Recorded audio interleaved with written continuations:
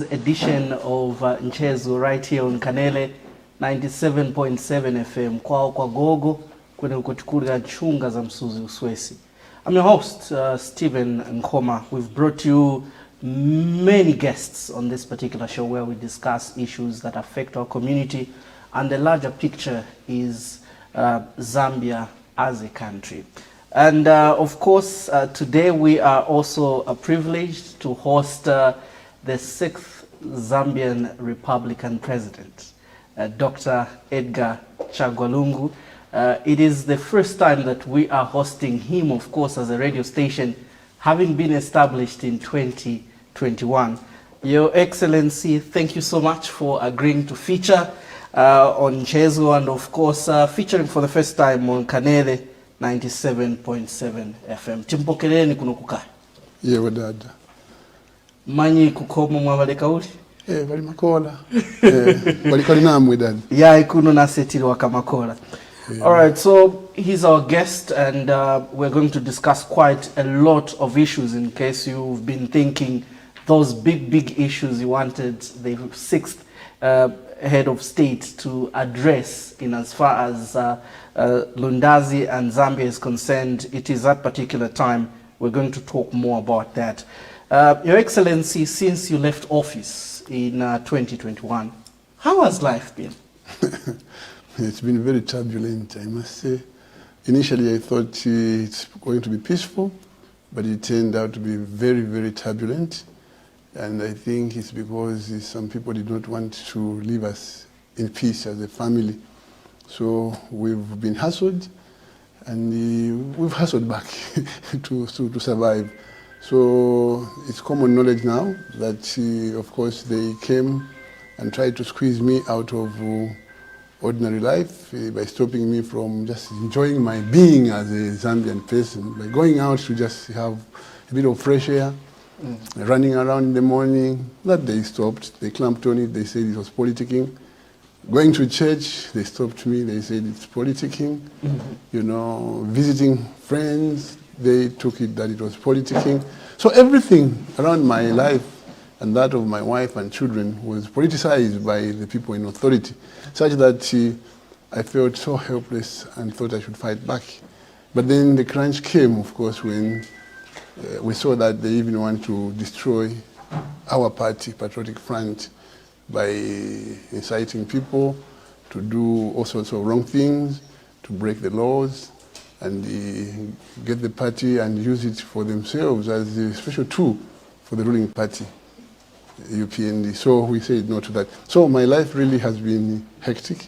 Of course, you know the stories of my wife and children being in court, allegations of having been a thief, plundered the country, left, right, and center, which are unfounded up to now, and the bad press that has gone against us locally and abroad, which spews lies all the time. You know, they tell lies about me in the morning, in the afternoon, in the evening, like Dr. Gaondo would say, lies in the morning, lies in the afternoon, lies in the evening. So it's been tough. But all the same, here we are. We're still soldiering on, and I'm glad that we're almost getting there. We're used. All right. In case you've just joined us, we are hosting Zambia's 6th Republican President, Dr. Edgar Chagwa Lungu, on today's edition of Nchezo program. Your Excellency, have you reflected on the challenges that made you lose power in 2021? What were your successes? Well, our successes as Patriotic Front are so many that if you want me to tabulate them, we can take the whole day. But suffice to say that PF took the country from 2011 to 2021 to higher heights in terms of all economic activities and the quality of life enjoyed by the Zambian people. And I dare say that, unfortunately, this has been lost in the last 3 years. So there's a lot I can tell you about that, but suffice to say, I've learned a lot of things, why we lost elections. And one of the things I can tell you is that we lost elections. People are saying, yes, there was too much Kadarism. Yes, Kadarism was there. But I can tell you that one of the things which helped our friends win the minds and souls of the Zambian people was propaganda and falsehoods. They told so much lies about me about PF, about the government, such that we took it lightly and we thought we would bring development to the people, would bring prosperity to the people, and that would help us. But people did not bother to judge us on the basis of the development that we brought.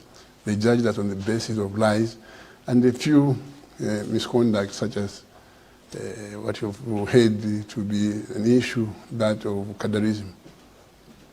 Your Excellency, just allow me to take you back. Recently, you told the international media that you were under house arrest. Claims that the government has since refuted. How do you substantiate those claims? Well, it's a comparative term, house arrest, and also it's contextual.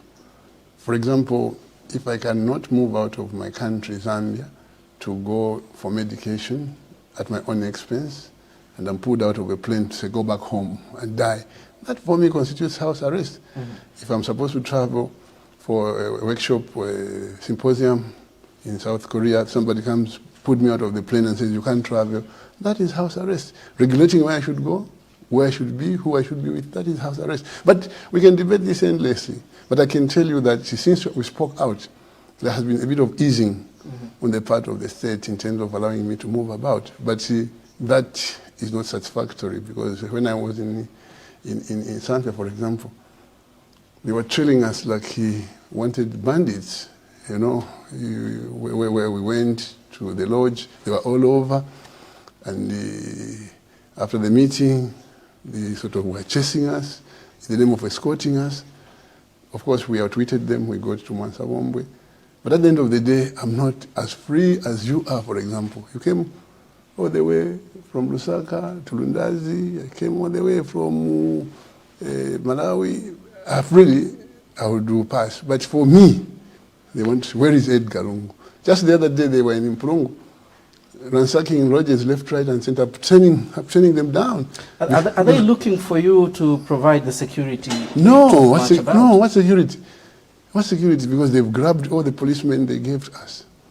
They grabbed all the policemen they gave us that I am not entitled to politics, to police protection, because I'm in politics. So why trouble me by sending policemen to follow me? The incident in Chagwa where they said we have been told that you can't be here. That's to speak of freedom of movement. I was visiting a bishop. This policeman just comes and says, you can't be here.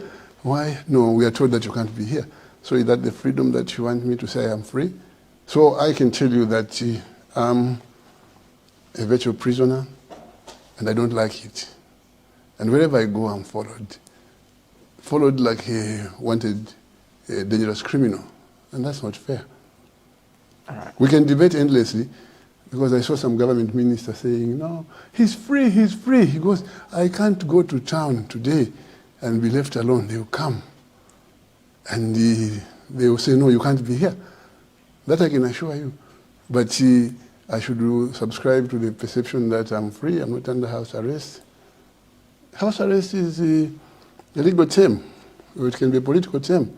I want to be as free as these guys are to go to the market, to go to the cinema theater, to go to the shopping mall, to go to church without let or hindrance. That's what I want. That's the freedom I want, and that's what the freedom I want for everybody. Do you think they regard your movements as a way of campaigning ahead of the 2026 election? But what's wrong with campaigning if I'm campaigning? Am I not free to campaign? Is there any law which stops me from campaigning, if at all? I'm not campaigning, but I'm moving around doing my business. But if they perceive it as campaign, it's not wrong. Your comeback to active politics, Your Excellency, has sparked mixed reactions.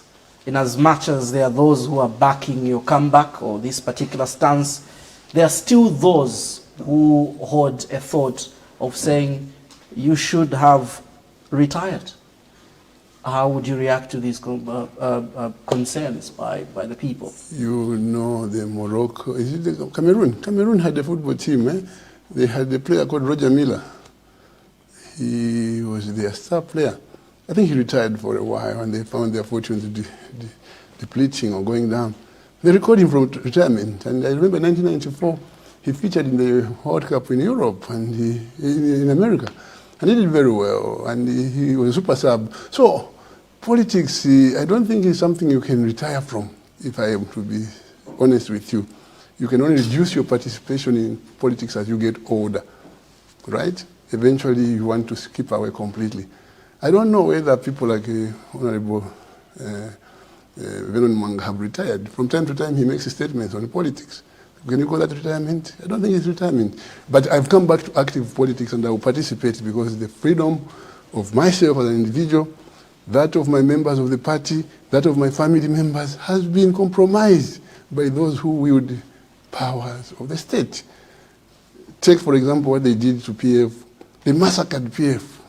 They dismembered PF. They brought in strange characters and said, this is the president of PF.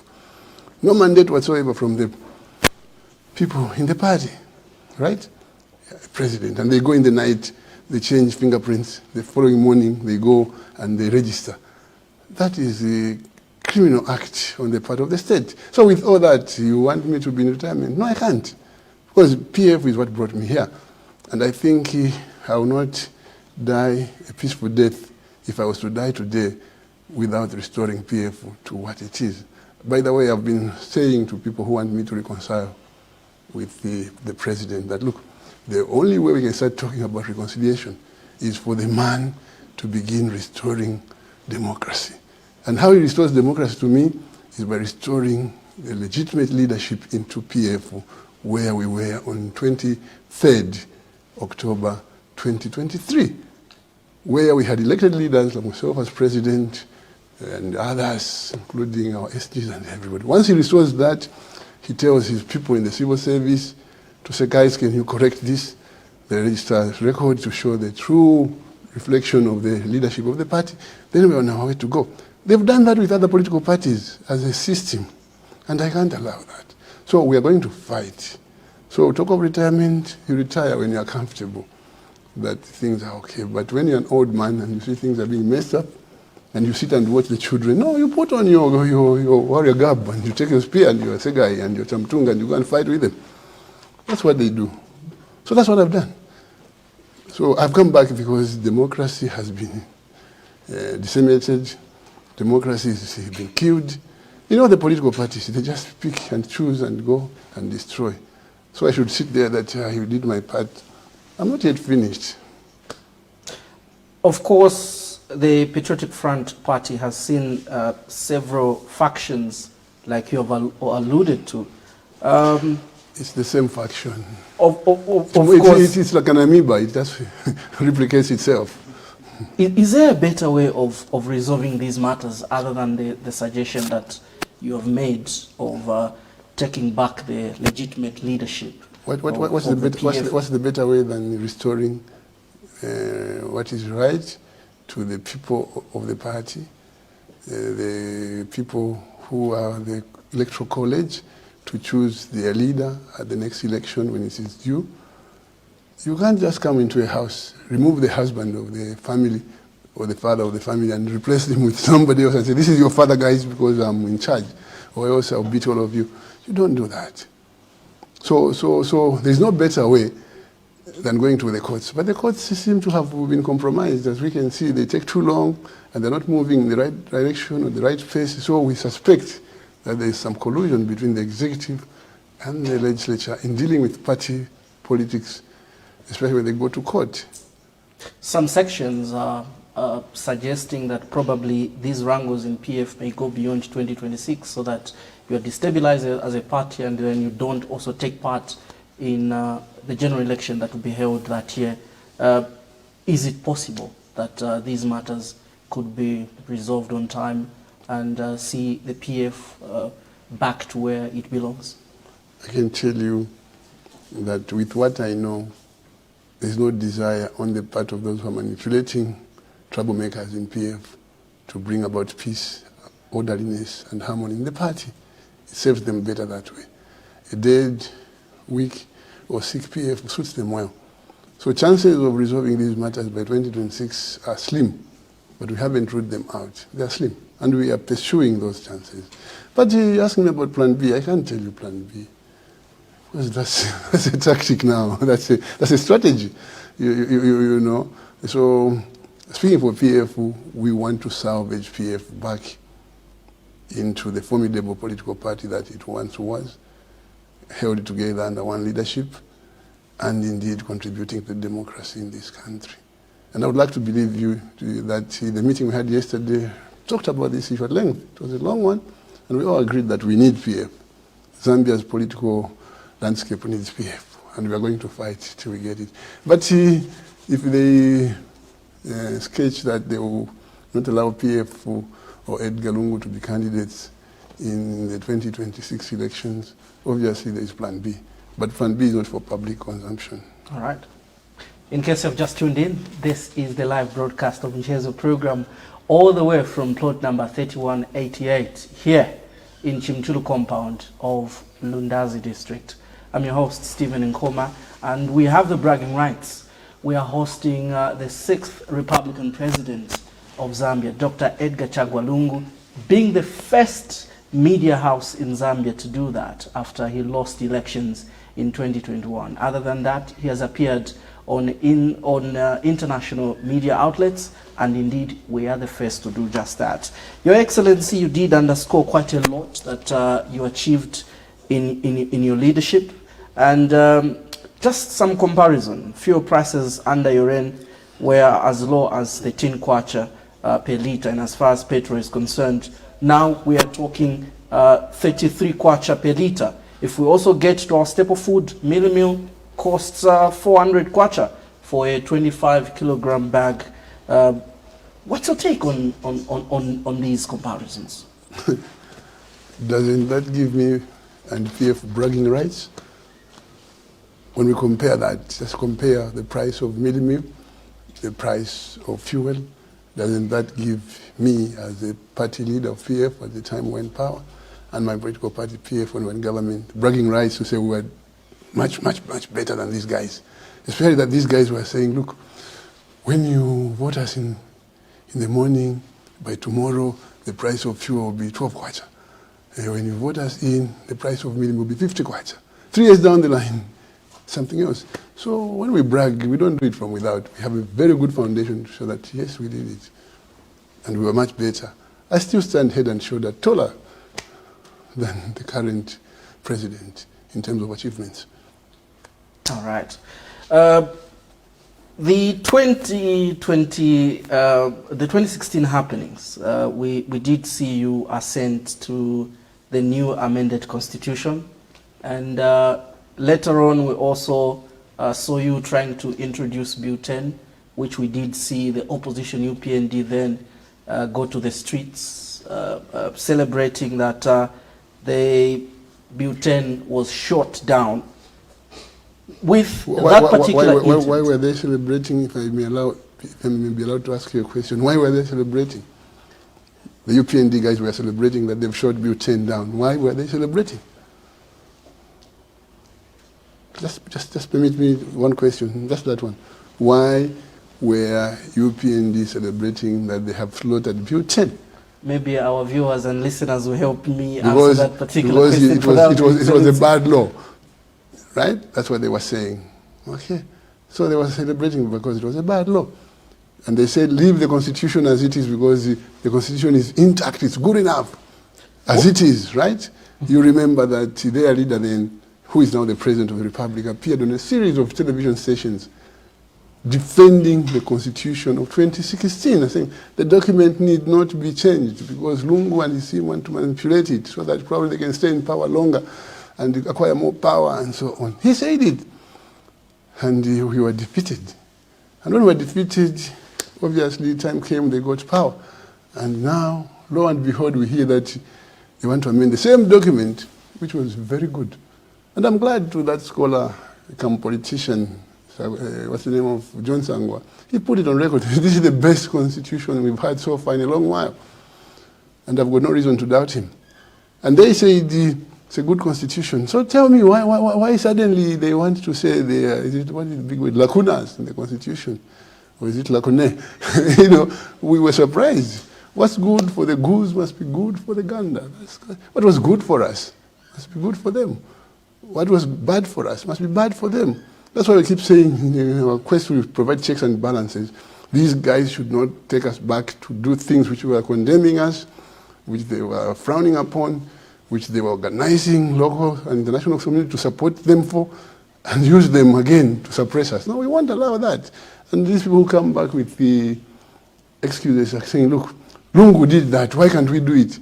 I did it and I paid the price, and Zambians were saying it was bad, so why should we allow him to do it? What is bad is bad. And I will not be swayed or put down because no, but PF therefore now if it is Menya. It's wrong. That's why PF lost. So if PF lost because they were beating people, should we allow UPND to beat people because they will say Lungu Muzomenya Vantunaim? Your Excellency, how would you assess President Hichilema's performance so far in office? 3 years, TK? Me, to assess him. Why can't you ask the Zambians to assess him? The Zambians are the ones who are carrying the burden of their living. The Zambians are the ones who know the price of mealie meal. The Zambians are the ones who know the price of cooking oil. The Zambians are the ones who know transport costs. So you do a survey. You do a survey, go around the country, talk to the ordinary citizens, listen to the radios, talk shows in the morning and the afternoon. They will tell you who's better, who did better, and so on. And why do you think they're worried about the cry of whatever waited up? It's because they know that for sure they waited up. Okay. Your opponents, Your Excellency, do allege that you never invested in the energy sector, which has now led to the blackouts that we're experiencing.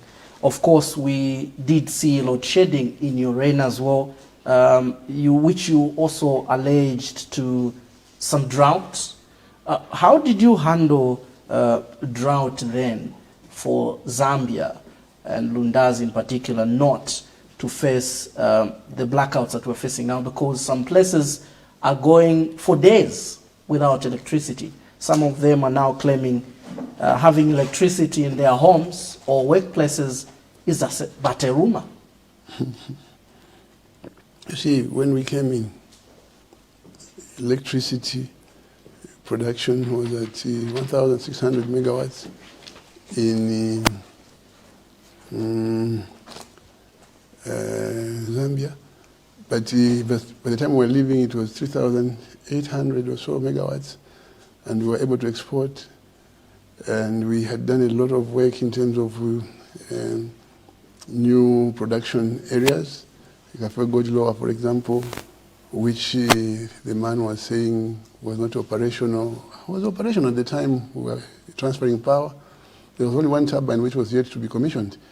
And I can tell you that people in Mansa will tell you we have upgraded the Chimba Falls from 10, I think, to 15 megawatts or something. So if there's a success story we can talk about, it is in the energy sector.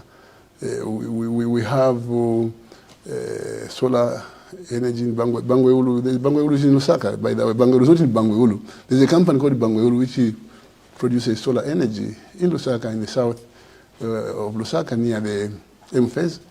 And this goes on the ZESCO grid.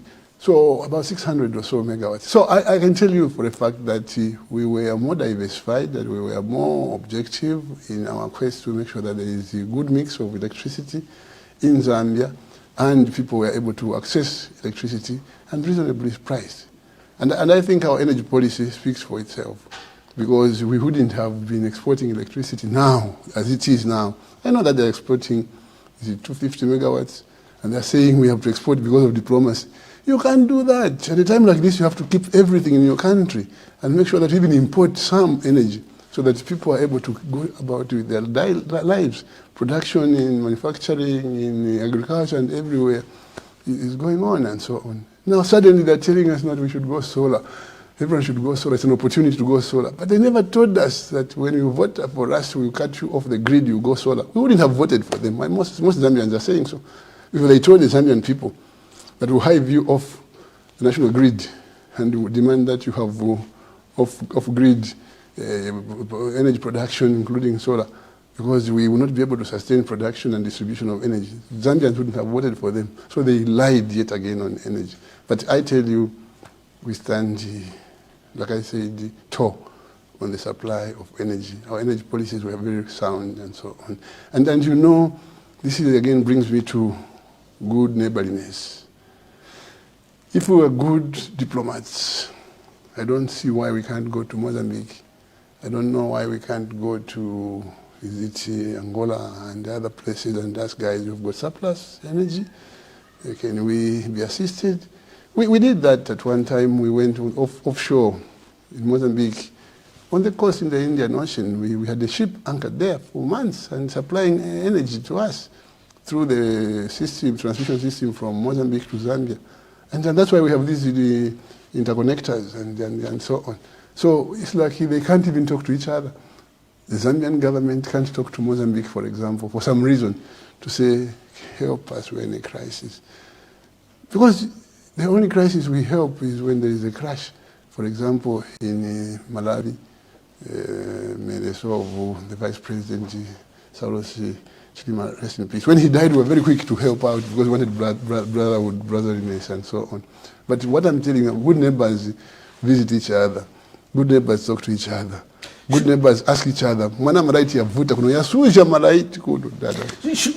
that now cement what you have just said? Because here in Lundazi we're facing the similar challenge, and the business community, whom we can't name for the sake of protecting their businesses, have come through to this radio station and asking probably that if we could be reconnected to Malawi, and when the national grid stabilizes, we could be brought back. But the authorities now seem more centered on using a genset and then buying fuel, which they claim to be sustainable.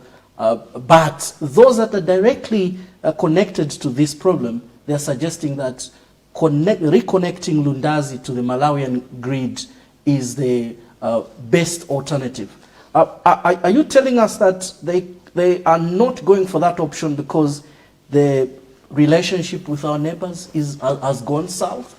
Well, it's not me to say, but I can tell you that a good neighbor is one who reaches out to his friends and tells them that I've got this problem, how can you help?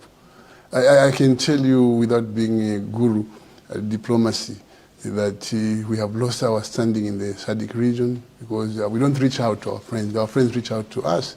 And in the end, they get fed up. Why should we be the only ones reaching out to Zambia?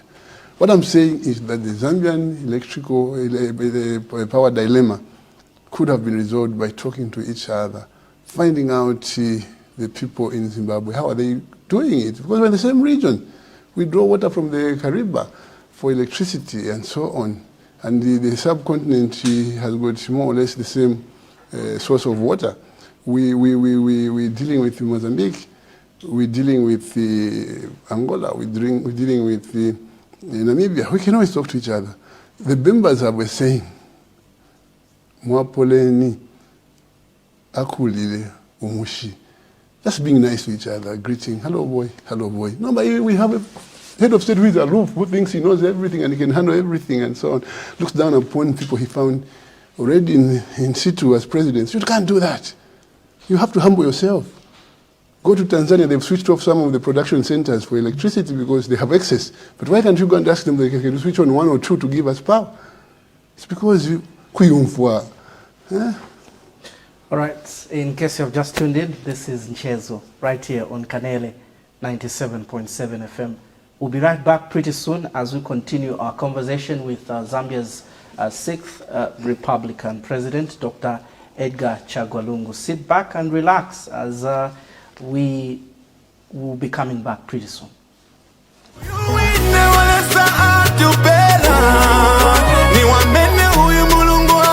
President Dr. Edgar Chagwa Lungu and the PF have facilitated increased electricity generation, while households connected to the national grid are now over 1 million.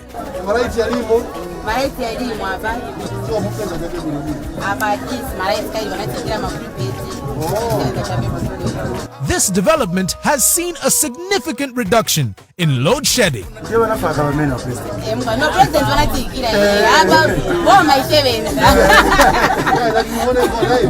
you so much.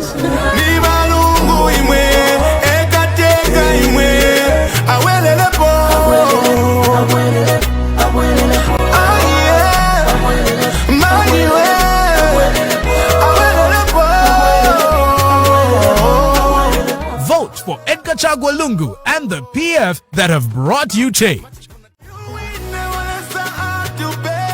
President Dr. Edgar Chagwa Lungu and the PF have placed highly on the diversification of the agriculture sector to ensure national food security and increased exports of key crops. President Lungu and the PF are working towards increasing production of other cash crops which have massive potential to contribute to the country's economic growth. Vote for Edgar Chagwa Lungu and the PF that have brought you change. President Dr. Edgar Lungu and the PF have consistently produced bumper harvests of over 3.5 million tons to make Zambia food secure. Early distribution of inputs through the Farmer Input Support Program is another key milestone achieved by President Lungu and the PF. Vote for Edgar Chagwa Lungu and the PF that have brought you change.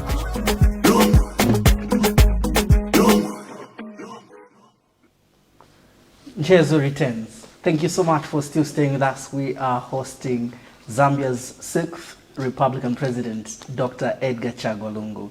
And I'm your host, Stephen Nkoma. We've discussed quite a lot of issues.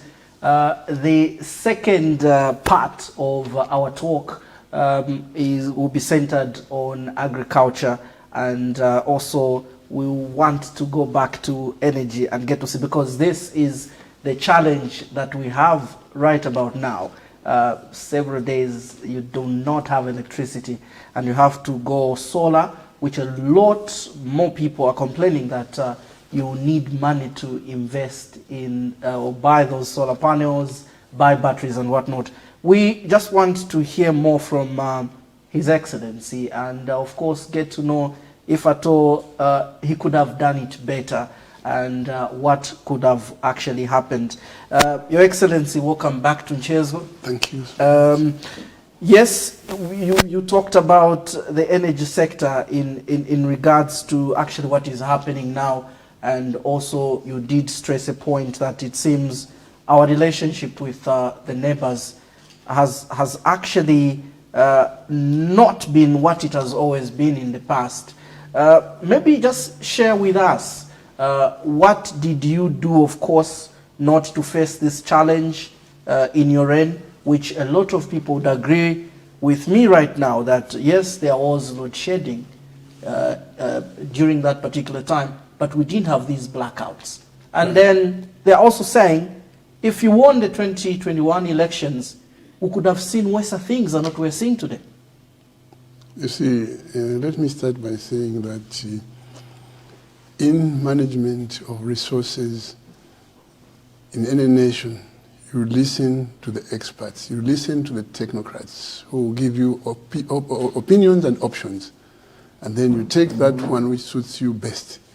But I'm afraid the current leadership does not have the luxury of getting technical opinions or options. They just wake up, bang, they're gone, and they're deciding and they're doing. Because when you have surplus, and for electricity you can't store, you export. At that point, you negotiate contracts with your friends, you export. And when you have a deficit, you reduce on the exports. So if you're going to work out contracts, there should be flexibility in those contracts such that when you have times of plenty, you are at liberty to export. And when there is a deficit, you hold back electricity so that you are able to supply your people, your needs, and so on. That's what we did. There's no magic about that. So I can tell you that we listened a lot to the Zambian people, the experts, the gurus in the industry. They're not our friends in the Europe or America, but the local industry has its own experts and so on. So that's what we did. And they could even predict that with the water levels in Kariba, we are going to have a problem, because the water levels in Kariba is managed by ZRA, not Zambia Revenue Authority, but Zambezi River Authority. They manage the waters and they know how much of it Zambia can use and how much of it Zimbabwe can use. And they are always giving guidance to the two republics on how much water to utilize, so that there is enough water to take them through to the next season. So that's what we would have done, and would have done it better, because we knew and we know that you listen to those who know. But what we have in Zambia is a leader who wants to tell experts all the time. When he meets experts, he's telling them what's in his head and how he thinks things can be better and so on. And these young men and women are just like, wow, what is he telling us? Instead of learning. Yeah? And I think it's unfortunate. Load shedding during your reign, Your Excellency, sorry to cut you short, was referred to as lack of leadership. Oh, yes, yes, yes. What could we refer to the current blackouts? Well, for the first time ever, Zambia lacks leadership. For the first time ever, Zambia lacks leadership. You know, they were saying they had the vision, and look at Dubai, Hakuna Fula, for 10 years. It's now viral, videos are all over showing this guy lampooning us and calling us names that we had no vision. Clearly, Zambians now should decide who has a vision and who hasn't, but we had the vision. I can take you to maize, I can take you to anything. We had the vision, but they didn't have. These people, we told Zambians that they will sell this country. We want Zambians when they come about that. They've been selling from the word go. Now when they find that they're selling, and selling in a very obvious manner, they contrive schemes, they bring their friends from abroad, they come in as investors and so on. Yet they're the same people who are buying these things, this privatization phase 2. So for me, I think that we cheated ourselves, or we allowed ourselves to be cheated by these cheats. They are saying Zambians understand and know that the president is not responsible for ends. All these problems are as a result of a drought. Did you face any drought during? Well, we did. We did. We faced drought in 2015, 2016. We faced drought. We faced drought. Some drought more severe than this one, but we managed because we had vision, we had foresight, and we knew how to save for a rainy day. It's biblical to save for a rainy day, not to blame the past. No. We saved for a rainy day, and that's how we survived both in agriculture, that's how we survived in the energy sector, because we saved for a rainy day. Sometimes I would insist that, why don't you give us more water in the Zambezi, Kariba water sharing scheme so that we have more energy? They said, no. You need to hold on. And they even developed this term, what do they call it? Load management. They got it load management. But it was far much better. People were able to plan. You plan that in the morning from 6 you have power up to 18 hours today awake. But now you can't because electricity visits you at midnight. And by morning it's gone. And you can't do anything. So companies are closing, people are losing jobs and so on. I think we did much better because we planned. We had vision and we listened to the experts. So I don't really want to compare myself and contrast myself with a failure anyway. You know, it's unfair. The guy doesn't just match the class of leadership we provided in PF. Yeah? He doesn't match the quality of the ministers that we had in PF. He doesn't match the character of the technocrats in the civil service. He has, purged everybody and has brought in his own, who are learning by the job, and some of them who don't even have a clue of what they're supposed to be doing. That's why we are here. Lundazi is known to be a farming hub because the majority of our people depend on this. What was it that you were doing in the past regime to ensure that we have the so-called bumper harvests that the country recorded during your reign? You see, during our time, by now, we would have had in the sheds in Lundazi all the requirements for the farmer. We would have had seed maize, or seed as they call it. We would have had the fertilizers, insecticides, and everything in readiness for the rains. Because preparedness is not enough if you don't prepare in good time. So what we did best is we prepared for farming by making sure that inputs go to the farmer in good time. We know the problem of some roads being impassable. We tackled those in time. And at the end of the day, the farmer was just merely waiting for the good Lord to bless him with the rains so that he could start farming. And that's what we did best. So when you say, no, leadership lacking, Who lacks leadership? They lack leadership. Because right now, as we talk, you can go around all the chiefdoms here in Lundazi. You'll be amazed that none have received. You've been around. How many have received the fertilizer or seed? I don't even know whether they've been paid for their last crop. So I think that there's no magic here. When we say kubomfiamano, kusebenzisa mutu, that's what we used to do. Not to talk about how you use your head without using it. All right. Fast forward to 2026. If you were re-elected, what would you do differently? I would make sure we don't export maize. I would make sure we don't export maize in the manner that we saw this government do. And I would make sure we don't export power in the manner that they are doing. And I would make sure that I satisfy the Zambian people before I satisfy my neighbors.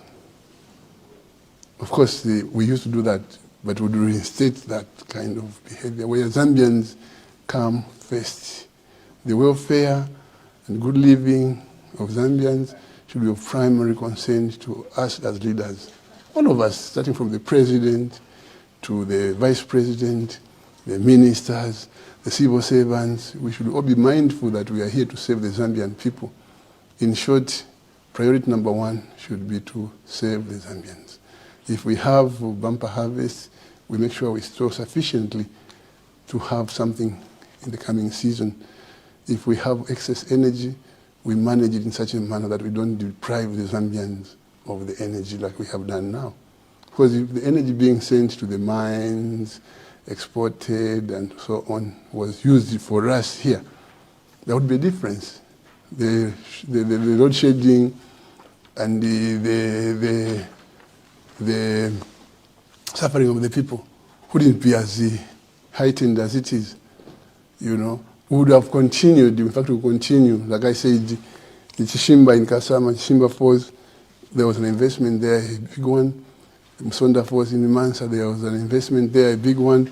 And indeed the Bangweulu solar energy in Lusaka, near the M-Phase there, which he produces, that's a 600, which produces about 60 megawatts, would have been accelerated. Such investments would have been accelerated. And I think that we can do, we will do when the time comes. Others would say there are attempts to stop you from recontesting future elections. We've seen issues in court in that regard. We have also seen what has happened to the former ruling party, the Patriotic Front. Is it possible for your re-election in 2026 with all these things that are happening around you and the party? Why do you think that they're fighting so hard to make it difficult for me to participate in the next election? It's because they know that we will wallop them. They are worried because they know that they stand no chance at all. The track record and mine now are being juxtaposed and weighed, and people are saying, whatever. So they're fighting hard using the legal framework to see whether they can stop me. We've heard of plans to use the courts, we've had plans to use the Electoral Commission of Zambia and so on. But we are saying no to manipulation. Let there be free and fair elections in Zambia where people pick a candidate of their choice, and may the country's peace prevail on account of respect for the institutions we have given ourselves to manage our affairs, instead of the manipulation we are seeing now, where you go to ECZ, you tell them you do the ERTC. What right have they got to do the Electoral Reform Technical Committee program like they're doing? All this is manipulation, but we are saying no, and the Zambians will say no, and the Zambians will vote in December, in 2026, in August, and they will be on the ballot paper. Your Excellency, let's get straight to this Lundazi community. Our people in Lundazi. Yes, Vanabakwinu. In 7 years that you were president of this republic, you visited this place, if my memory does serve me right, 4 times. Your successor in the 3 years of his reign has not made such an attempt. Just a word to the Lundazi people. Why did you commit that much to visit them? Because we know and we've heard that you people, once you are sent to that particular office, you become very, very busy. But beyond your busy schedule, you spared 4 different times to meet with your people here, Kukanele Bokoswan. Mm-hmm. No, mine is to thank the area member of parliament, Mama Brenda Nyirenda, and our councillors Yose, for continuing working for the people, including the chairman, the chairperson for the council, the mayor. But the truth is that we visited lots and lots of areas. It was our practice, it was our standard system. I was just telling somebody, a friend from Northwestern Province just the other day, that I spent a lot of time in Solwezi, come to think of it. In fact, I don't know whether it was 6, 7 times that I went to Solwezi and Northwestern Province. So visiting people is the norm. Visiting people not for cameras, but visiting people to learn from them, the challenges that they are facing, how you as government can come in and create an environment which will be conducive for them to prosper and lead decent lives is what is critical. And you can't delegate that part where the president is supposed to be with the people. When you are with the people, they will tell you, when you are in State House, you get intelligence reports, including fictitious reports, but those reports will not give you as much appreciation of the suffering of the people or the needs of the people as you would if you are visiting regularly. So, quid to Lundazi, I'm not surprised that I'm on record as having visited 4 times, but to Northwestern Solwezi, I think I visited 6 times. And the other places, they will tell you that he was the most frequent. Kwanabwa, they know me. I used to go there very much, and we were doing roads and so on, and I was personally following up on these projects. So a leader should be practical. And being practical simply means being on the field with the people and listening to their plight, and also finding measures. Some measures, you can raise them right on the spot and say, Provincial Minister, PS, can we do this? Or you say, when I get to Lusaka, I'll follow this one up, and I think it will be resolved. So, want to acquit to Lundazi, be assured that I'm coming again and again and again, and ensure that we restore your dignity, we restore the quality of life that you are entitled to, as opposed to talking about statistics and things in Lusaka which don't make sense to you. Your Excellency, your concluding remarks. So, my concluding remarks is simply to assure Zambians that the future of your lives depends on how you vote. You have already seen how you've been messed up from 2021. So this time, make sure that you get your voters' cards, your NRCs, and come 2026, do the right thing. Vote out those who are dead wood and bring in people who will work for you. That is very important. You know, the right you have to elect leaders is actually a shareholding investment.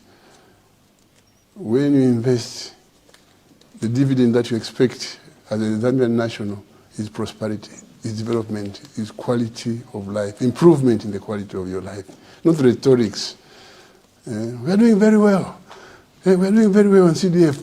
We are now at 31 million, but how does it translate to the people on the ground? Nothing. We are doing very well. We've got free education. Look at the quality of education they're giving your children, 0. So it's up to you, Zambians. And I know that you have learned your lessons. We have learned our lessons. We'll never gamble with power again. All right, Your Excellency. Thank you so much for coming through to Kanele Bokoswanu and according us the bragging rights to be the first media house in Zambia to have a one-on-one chat with you after losing elections in 2021.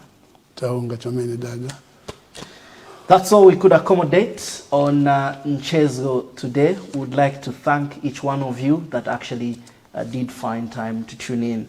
This is Kanele 97.7 FM, your award-winning radio, The most innovative radio station is an award which we got a few weeks ago from the Kuala Awards that were hosted for the year 2024. Eastern Province and beyond.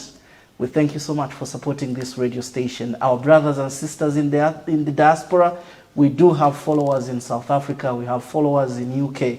Thank you so much for supporting Wairesi ya Kwinu. We love you so much. Bye-bye.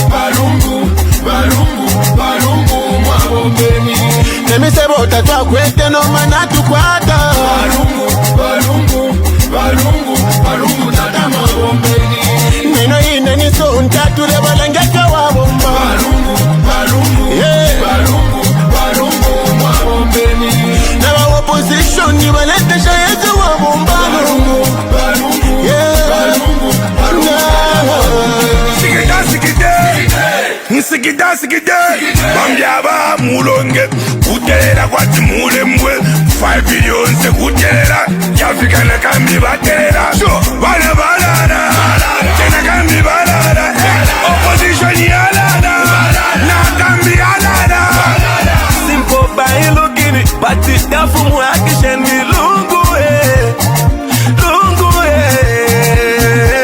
amashara bose di follow Lungu amashara bose di follow Lungu amashara bose di follow Lungu amashara bose di follow Lungu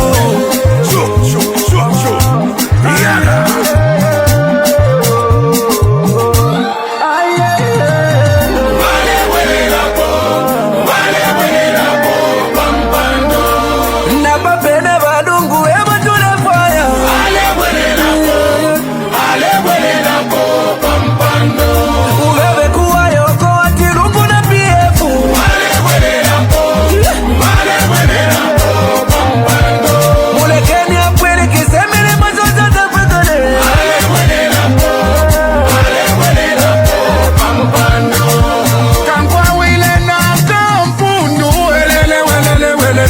Watupangira na maburiti miseba shamulwelele Poshite sina nungu wamipale mulungu mutima mupitirishe Zambia desi ya disi Walimu mbele Zambia lungu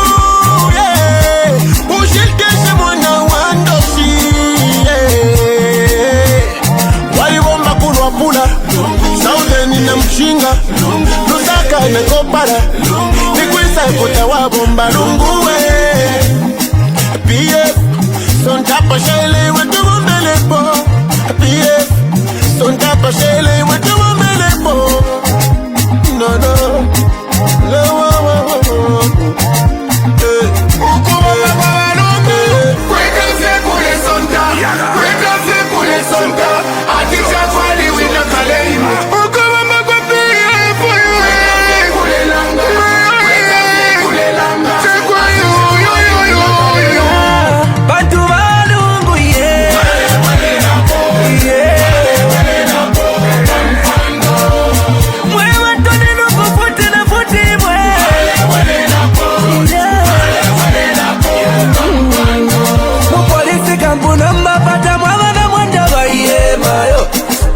Bali bakulira mayanda mayo nolo